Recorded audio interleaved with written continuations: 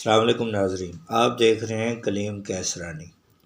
ناظرین، ملالہ یوسفزئی نے ایک زمانے میں بڑی محبت اور بڑی شہرت حاصل کی، لیکن کچھ عرصے سے ملالہ یوسفزئی اپنے بیانات کی وجہ سے متنازع بنتی چلی جا رہی ہیں۔ ابھی انہوں نے ایک تازہ ترین بیان دیا ہے اس بیان میں انہوں نے شادی کے بارے میں بڑی عجیب بات کر دی، جس کے لیے ان پر بہت زیادہ طنز کی جا رہی ہے۔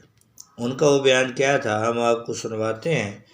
اس سے پہلے آپ سے درخواست ہے کہ ہمارے چینل کو سبسکرائب کریں اور بیل آئیکن کے بٹن کو دبائیں تاکہ آپ تک ہماری تمام ویڈیوز بر وقت پہنچتی رہیں۔